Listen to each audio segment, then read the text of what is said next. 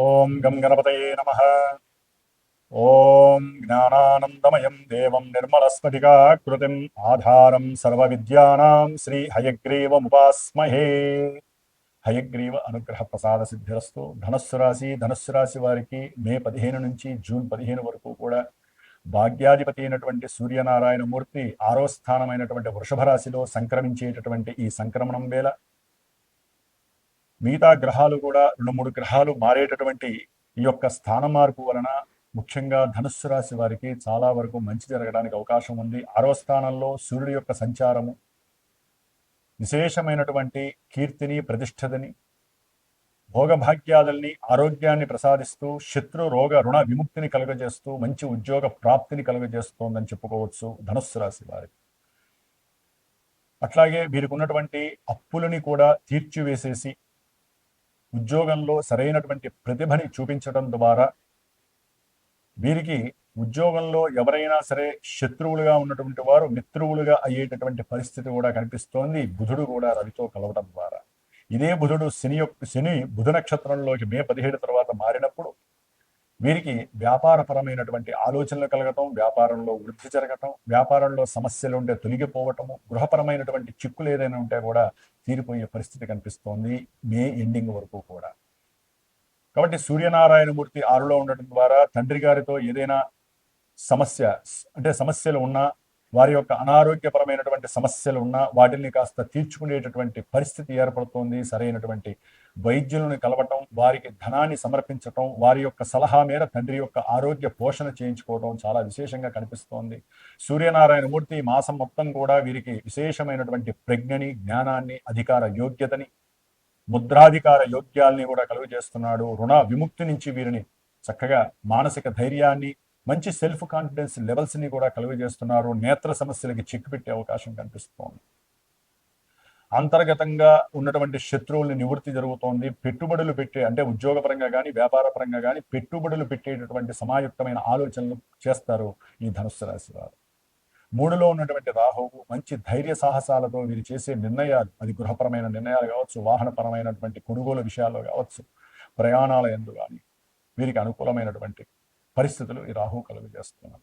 ప్రయాణాలు కూడా దూర ప్రాంత ప్రయాణాలకి మోక్షపరమైనటువంటి జ్ఞానసిద్ధిని పెంపొందించుకోవడానికి, అట్లాగే దైవారాధన యొక్క శక్తిని పెంచుకోవడానికి, పూర్వజన్మలో చేసుకున్నటువంటి పుణ్యాన్ని అధిక మొత్తంలో ఆర్జించడానికి వీరు దూర ప్రయాణాలు చేసి ఏ గణపతి ఆరాధనో, గణపతి దేవస్థానాలు, గణపతి దేవాలయాలకు దూరంగా ఉన్నటువంటి దేవాలయాలకు వెళ్ళటము, దాని ద్వారా విశేషమైనటువంటి ప్రజ్ఞని, వాక్కుని, బుద్ధిని, తెలివితేటల్ని పెంచుకోవడానికి కేతువు మంచి యోగాన్ని ఇస్తున్నాడు. సప్తమంలో ఉన్నటువంటి గురువు కొంతమంది ధనుస్సు రాశి వారికి వివాహాన్ని ఆచరిస్తున్నాడు. శని యొక్క దృష్టి వలన కాస్త వివాహంలో అమరికలు తేడా ఉన్నప్పటికీ కూడా గురువు యొక్క దృష్టి, శుక్రుడు కూడా జూన్ 8 వరకు కూడా మరి ఆయన అక్కడే ఉండడం ద్వారా జూన్ 2 వరకు కూడా గురు భగవానుడు సప్తమంలో ఉండడం ద్వారా వీరికి వ్యాపారంలో మంచి యోగం కలుగుతోంది.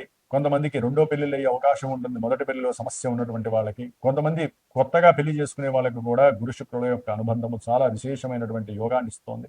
వివాహ యోగం ఇస్తోంది. అనుకున్న కార్యాలయంలో లాభం కలుగుతుంది. మంచి ధనప్రాప్తి కలుగుతోంది.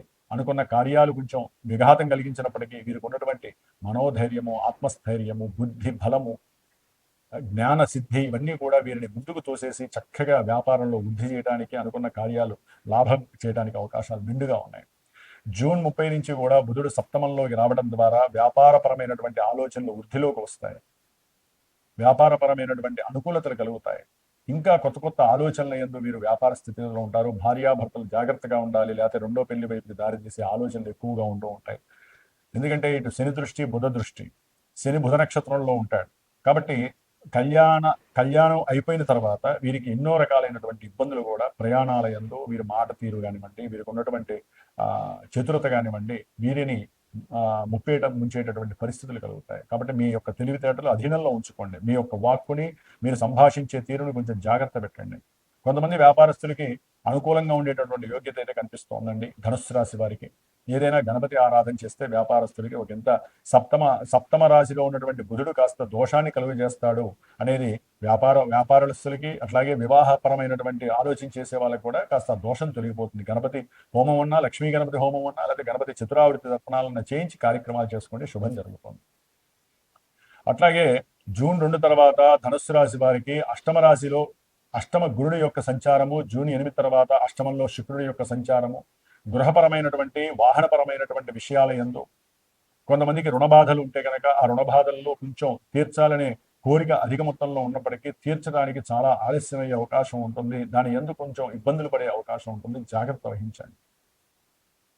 అట్లాగే ధనపరమైనటువంటి విషయాలు అనుకున్న సంకల్పాలలో కొంచెం ఆలస్యము జరిగి మీరు ఏం చేయాలో కూడా తెలియని పరిస్థితి ఉంటుంది. జాగ్రత్త పడాలి. తల్లి యొక్క ఆరోగ్యం పట్ల శ్రద్ధ వహించండి. అట్లాగే భార్యాభర్తల మధ్య కూడా అనుకూలమైనటువంటి కొంత సౌఖ్యపరమైనటువంటి విషయాల యందు వీరికి మాట రగిలేటటువంటి అవకాశము, దాని ద్వారా కుటుంబంలో చీలికలు కలిగే అవకాశం ఉంటుంది. ధనపరమైనటువంటి నష్టము కలగడానికి కూడా అష్టమంలో గురు శుక్రుడి యొక్క యోగము కొంచెం ఇబ్బంది కలుగజేస్తూ ఉంటుంది.